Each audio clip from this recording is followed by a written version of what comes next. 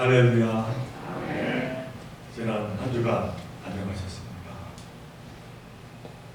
오늘은 예수님의 오심을 기다리는 대림절 네 번째 주일입니다.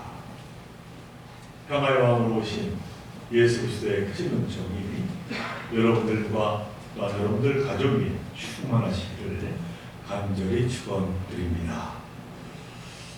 일본의 여류 소설가로 유명한 미우라 아야코라고 하는 분이 있습니다. 그는 살아생전에 폐결핵, 또 척추결핵, 그리고 중증 대상포진, 직장암, 혈소판 감소증, 파킨슨병 등으로 수많은 질병에 시달리며 살았다고 합니다. 그런 그가 13년간의 긴 투병 생활을 하다가 예수님을 영접하게 되었습니다.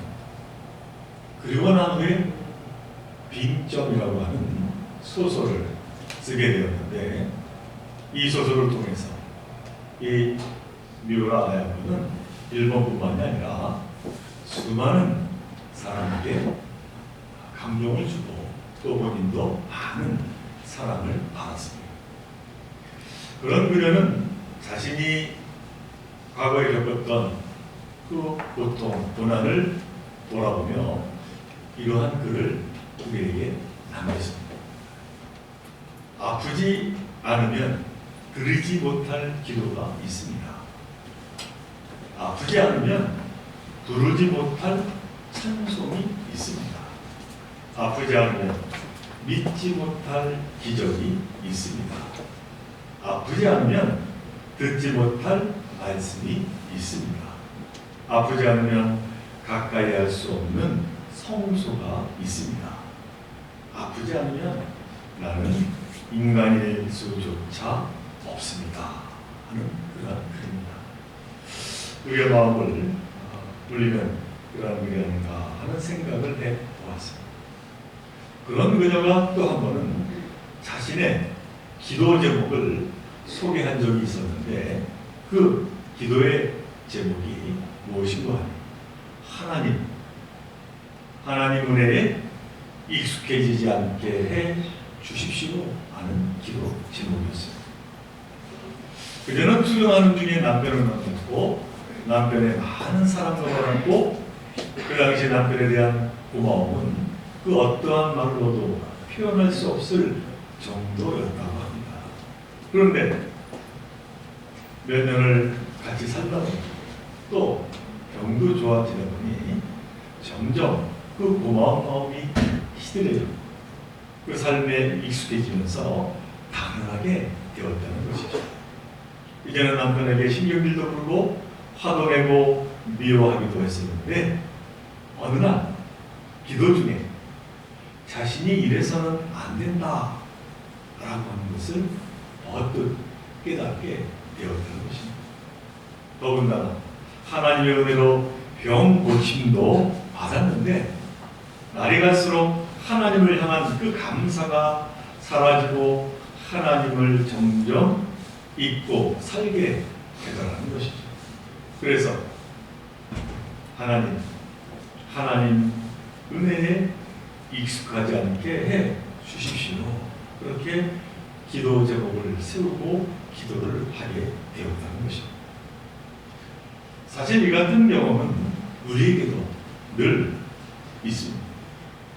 은혜에 우리가 익숙해지다 보면 감사가 형식적이에요. 크게 많은 은혜를 받아도, 그렇게 많은 은혜를 받아도 당연한 것으로 우리는 여기게 된다는 것이죠. 그래서 어느 순간 감사하는 마음은 사라지고 오히려 감사 대신에 더 주지 않는다고 원망하고 불평하기 이릅니다. 그리고 사랑하고 배려하기보다는 미워하고 침오하는 마음을 갖고 살아가게 된다는 것이죠.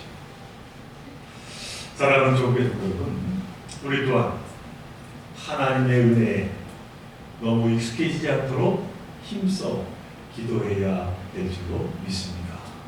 그러다 우리는 감사함을 잃지 않게 될 것이고, 또한 기쁨을 늘 저희가 갖고 살아가게 될 줄로 믿습니다. 오늘 우리는 이 성탄절을 이제 한 주 앞둔 예른절 마지막 네 번째 주일 예배를 드리고 있습니다만은, 근데 이처럼 곧 다가올 성탄절이나 아기 예수가 탄생한 날이요, 그리고 하나님이 사람의 몸을 입고 사람이 되어 이 땅에 오신 날입니다. 그리고 이 사실은 우리 믿는 자들, 특별히 우리 기독교에서는 너무나도 중요한 사건이다, 그렇게 말씀을 드릴 수 있습니다. 그러니까 이 기독교는 하나님이 우리의 창조주시며 전지전능하신 분으로 믿는데 그치지 않습니다. 기독교는 하나님이 사람이 되셨다, 그렇게 믿는 종교인 것입니다. 다시 말해 하나님이 우리를 너무나도 사랑하셔서 사람이 되신 성육신을 믿는 종교인 것입니다. 그래서 이것이 빠지면 그것은 기독교가 아닙니다. 결국 성탄절은 하나님의 사랑의 몸을 입고 사람이 된 사건, 곧 하나님의 사랑의 생일날, 바로 그날이 성탄절이다, 그렇게 말씀을 드릴 수 있습니다. 자, 그런데 이처럼 하나님이 사람 되신 예수 탄생 이야기 가운데 이 처녀가 아기를 낳았다라고 하는 현대 과학의 관점에서 보면 불가능한 얘기가 나옵니다. 마태복음 1장 23절의 말씀, 보라 처녀가 잉태하여 아들을 낳을 것이며 그의 이름은 임마누엘이라 하리라. 그런데 문제는 이 말씀 때문에 믿음의 걸림돌이 되는 경우가 종종 있습니다. 이는 도저히 믿을 수 없는 이야기, 그래서 나는 교회에 안 간다 하는 그러한 사람들이 있습니다. 그러나 그것 때문에 하나님이 사랑의 몸을 입고 사람이 된 이 사건, 이것은 결코 퇴색될 수가 없습니다. 오래전에 있었던 재미있는 이야기입니다만, 지금은 고인이 된 대표적인 코미디언 구봉서 장로님에 관한 이야기입니다. 한 번은 성탄 시즌에 교회 구역 식구들과 모여서 구역 성경 공부를 하는데, 이 예수의 처녀 탄생을 놓고 그곳에 참석한 사람이 계속해서 트집을 잡아서 이 구역 예배가 진행이 안 되는 겁니다. 처녀가 아기를 잉태하는 게 말이 되냐? 어떻게 이걸 믿을 수 있느냐? 그렇게 계속해서 그렇게 주장하고 이제 딴지를 건 것이죠. 그 논쟁 한참을 듣고 있던 이 구봉서 장로님이 단 한마디로 그 논쟁을 깨끗하게 정리했다는 것입니다. 뭐라고 얘기했는고 하니, 아니 여보시오, 아니 마리아 서방 요셉이 괜찮다는데 왜 당신이 안 하냐? 그랬다는 얘기죠. 예수님의 처녀 탄생 이야기는 그것이 사실이냐 아니냐 그 이전에 그 당시의 초대 그리스도인들이 갖고 있었던 흔들림 없는 확고한 믿음의 고백이었다라고 하는 것입니다. 정말 우리가 이 믿음의 고백에 대해서 함께 그 마음을 가져야 될 줄로 믿습니다. 이처럼 우리가 복음서를 읽게 되면 믿음으로 고백된 아기 예수 탄생에 연관된 이야기가 많이 기록이 되어 있고, 또 그에 따른 많은 사람이 등장합니다. 특별히 마태복음 2장에 보면 세 명의 동방박사와 헤롯 왕이 등장합니다. 이 동방박사들은 별의 인도를 받아서 먼 길을 여행한 끝에 아기 예수께 경배하고 예물을 바친 사람들입니다. 그리고 헤롯은 동방박사들에게 아기 예수의 탄생 소식을 듣고 그 우한의 싹을 미리 잘라버리려고 베들레헴과 그 주변에 살던 2살가의 사내 아이들을 모조리 죽이는 끔찍한 만행을 저지른 자입니다. 그리고 그 다음에 등장하는 대제사장과 율법학자들은 이 헤롯의 명을 받아서 예언서를 샅샅이 뒤진 끝에 구세주가 베들레헴에서 태어난다, 그 정보를 알려줍니다. 마태복음 2장 4절로 6절의 말씀. 왕이 모든 대제사장과 백성의 서기관들을 모아 그리스도가 어디서 나겠느냐 물으니 이르되 유대 베들레헴 이오니. 그 다음 마태복음에서 마지막으로 등장하는 사람은 헤롯 왕에 의해서 자식들을 잃은 너무나도 슬픔에 찬 부모들이 등장합니다. 동방 박사들이 꿈에서 헤롯에게 돌아가지 말라는 그 지시를 받아서 그대로 돌아가자 헤롯은 이 박사들에게 속은 것을 알고 아기가 태어난 그때를 기준으로 베들레헴 군방에서 태어난 2살 이하의 아기들을 모두 죽였던 것입니다. 그러니 둘째 어린 자식을 잃은 이 부모의 마음은 어떠했겠습니까? 그 다음 누가복음으로 넘어오면서 먼저 목자들이 등장합니다. 이들은 베들레헴 근처 들에서 밤새 양을 지키고 있다가 천사에게 아기 예수 탄생의 소식을 들은 것입니다. 그래서 여관으로 달려가 강보에 쌓여 구에 누워있는 아기 예수를 보게 됩니다. 그 다음에는 시므온이라고 하는 인물이 등장합니다. 그는 예수 탄생 여드레 만에 요셉과 마리아가 아기 예수에게 이제 할례를 베풀러 예루살렘 성전에 올라갔을 때 거기에서 이 아기 예수를 만납니다. 시므온은 죽기 전에 구세주를 보리라 라고 하는 그 약속을 받고서는 날마다 성전에 나가 기다리다가 마침내 이 아기 예수를 만나서 품에 안고 감격을 했던 것입니다. 누가복음 2장 29절로 32절의 말씀. 시므온이 아기를 안고 하나님을 찬송하며 이르되 주제여 이제는 말씀하신 대로 종을 편안히 놓아 주시는도다. 내 눈이 주의 구원을 보았사오니 이미 만민 앞에 예비하신 것이요 이방을 비추는 빛이요 주의 백성 이스라엘의 영광이니라. 찬송 부릅니다. 이처럼 수많은 사람이 아기 예수의 탄생과 직간접적으로 관련되어 있다, 그렇게 성경은 기록합니다. 그리고 이들의 면면은 너무나도 다양합니다. 그리고 무엇보다도 예수의 탄생에 대해서 보여준 그 반응 또한 너무나도 제각각이었습니다. 무엇보다도 먼저 헤롯 왕의 이 아기 예수의 탄생에 대한 반응은 어떠했겠습니까? 그는 로마 황제를 등에 업고 유대아 안에서는 막강한 권력을 휘두르는 분봉왕이었습니다. 하지만 그가 동방 박사들에게 보인 모습, 그의 권력 기반이 너무나 허약하기 짝이 없다 하는 사실을 잘 보여줍니다. 그는 박사들의 이야기를 듣고 너무나 두려워 떨었기 때문입니다.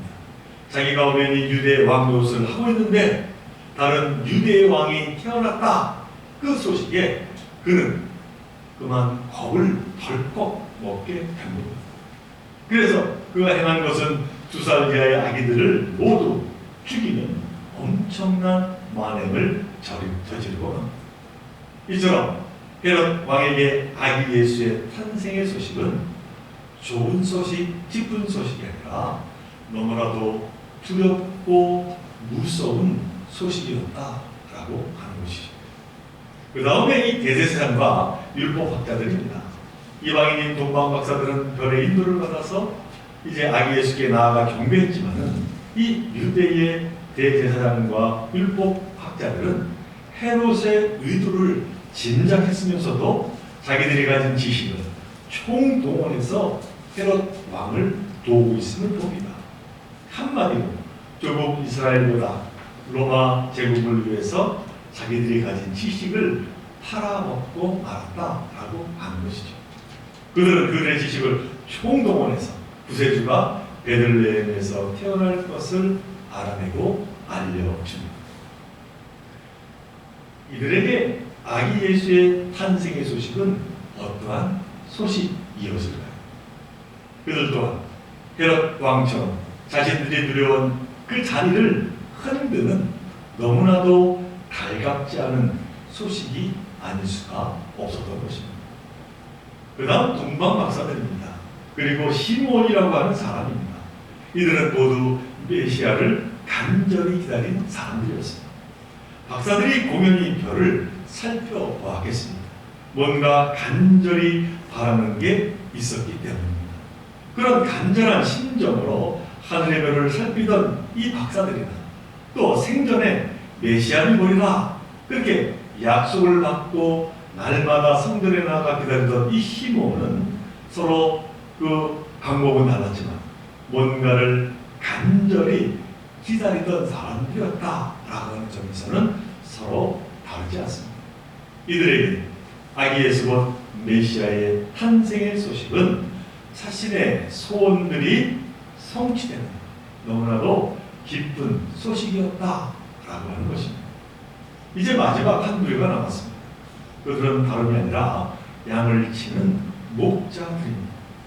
당시의 양치기 목자란 가나안 땅으로 이주한 이후에도 옛 조상의 그 가업을 이은 자들이었습니다. 그런데 어느덧 사회에서만 홀대를 받는 사람이 되고 말았습니다. 왜냐하면 이들이 양을 치며 그런 동시에 율법을 지키는 일이 사실 너무나도 어려운 일이었기 때문입니다. 특히 안식일을 지키는 일은 거의 불가능했습니다. 안식일이라고 양떼를 굶길 수 없는 노릇이니 양떼를 몰고 들로 나아가야만 했기 때문입니다. 그러다 보니 그들은 율법을 지키지 못하는 죄인, 그 죄인 취급을 받으며 살 수밖에 없게 되었던 것입니다. 이처럼 매우 힘든 삶을 살아가던 목자들에게 이 구세주의 탄생 소식이 전해졌습니다.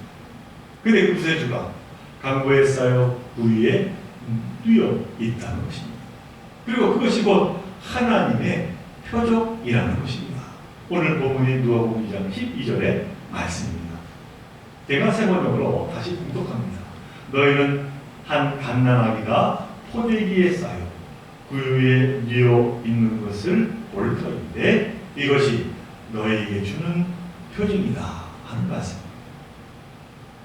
자, 그러나 상식적으로 한번 생각해 보았습니다.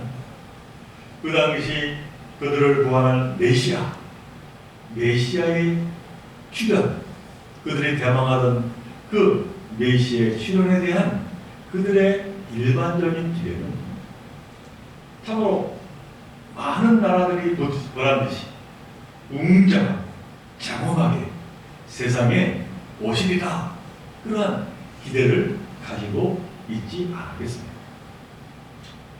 구세주로 오시는데 말입니다. 이는 그 당시에 양치는 그 목자들 또한 그와 같은 생각을 했을 겁니다. 그런데 생각지 않은 일이 벌어진 것입니다. 양치는 목자들이 천사의 지시를 받고 찾아가는 것은 초라한 여관, 그것도 객실이 아닌 마구간이었고 거기서 그들이 본 것은 무더기 강보에 쌓여 부위에 누워있는 아기였다라고 하는 것이죠. 그리고 거기에 더해서 이 사실이 그들 목자에게 주는 표징이라고 말하고 있습니다. 아니 왜 메시아가 마구간에 태어나는 것이 목자들에게 표적이고 표징이 된다는 것입니다. 이는 무엇을 말하고자 합니까? 그 이유가 분명합니다. 메시아가 웅장한 것이 아니라 참으로 너무나도 화려한 것이 아니라 초라한 여간에 그것도 지저분한 마구간의 말 구유에서 태어났다라고 하는 그 사실은 그분의 탄생이 자기들과 같은 너무나도 하찮은 사람들에게도 분명 기쁨이 되고 희망찬 표징이 됨을 말씀하고자 했기 때문이라는 것입니다. 놀라운 하나님의 축복이라고 그렇게 그들에게 말씀하고 있는 것이죠. 이처럼 그 당시 구세주 아기 예수가 태어나면서 각각의 입장이 너무나도 달랐습니다. 두려워하는 자가 있었는가 하면 달갑지 않은 소식으로 생각한 자들이 있었습니다. 그러나 반면에 소원이 성취되는 기쁜 소식으로, 그리고 더 나아가서 어려운 처지를 이해하며 진정 자신들을 구원한 구세주의 오심이라고 하는 희망에 찬 그러한 소식으로 그들에게 전해졌음을 보게 됩니다. 자, 그렇다면 지금 저와 여러분들에게 아기 예수의 탄생, 이 성탄절은 과연 어떠한 소식입니다. 여러분은 어떠한 소식으로 예수 그리스도의 오심을 기다리고 있습니다. 그 옛날 헤롯 왕에게서처럼 두려운 소식입니까? 아니면 대제사장과 같이 달갑지 않은 소식입니까? 그러나 전혀 그렇지 않습니다.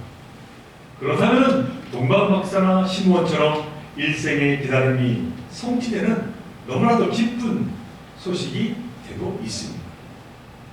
더 나아가 목자들이 그랬듯이 가슴 설레게 하고 희망이 되는, 나의 구원의 소식이 되는 너무나도 반가운 표징으로 아기 예수의 오심을 그렇게 기다리며 생각하고 있습니다. 우리는 예수님 탄생 이후에 예수님의 오심과 연관이 있던 사람들이 결국 어떠한 삶을 살다가 마감했는지를 우리는 쉽게 짐작을 해볼 수가 있습니다. 예를 들면 헤롯 왕은 분명 자신의 권력을 지키기 위해서 하루도 마음 편한 날 없이 불안하게 살다가 그는 죽었을 겁니다. 대제사장과 율법학자들은 이 메시아이신 예수님을 어떻게 하면 죽일까 궁리만 하다가 참 구원을 얻지 못하고 그렇게 살다 죽었을 겁니다. 그러나 반면에 동방박사들은 무사히 고향으로 돌아가서 그때의 감격을 늘 되새기며 기쁨 가운데 눈을 감았을 겁니다.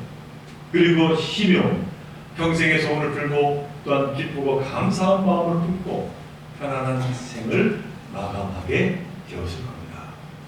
자, 그렇다면 양을 치던 목자들은 어떠한 삶을 살았을까요? 말구에서 태어난 구세주이신 아기 예수의 그 만남은 그들에게 무슨 의미를 가져다 주었을까요? 그들은 분명 그 무엇과 비길 수 없는 내일의 희망을 간직하며 살았을 겁니다. 하찮은 자신들에게 오신 예수님, 그래서 그 희망은 그들 앞에 놓여있는 모진 고난, 고통을 능히 감당하고자 했을 것이고, 또한 그들은 그렇게 모든 것을 이기며 살아가게 되었습니다. 왜냐하면 힘든 삶을 살아가는 자들을 외면치 않으시는 하나님, 함께 하시는 하나님, 그 사랑의 하나님을 마국간 구유에서 보았기 때문입니다. 자, 그런데 우리는 여기서 기억해야 할 것이 하나도 있습니다. 그것은 기쁜 소식, 희망찬 소식은 절로 주어지지만은 않는다라고 하는 것이죠. 우리가 만들어가는 것이기도 하다는 사실입니다. 그리고 널리 전해야 할 복음이라는 사실입니다. 이를 다시 말하면 나에게 기쁜 소식이라고 정말로 그렇게 고백하며 살아간다면 그 고백을 우리는 나누며 살아가야 한다는 것이죠. 지금도 이 땅에는 베들레헴 근방에서 아들을 잃고 통곡했던 부모들과 같은 슬픔과 아픔을 겪은 사람들이 너무나 많이 있습니다.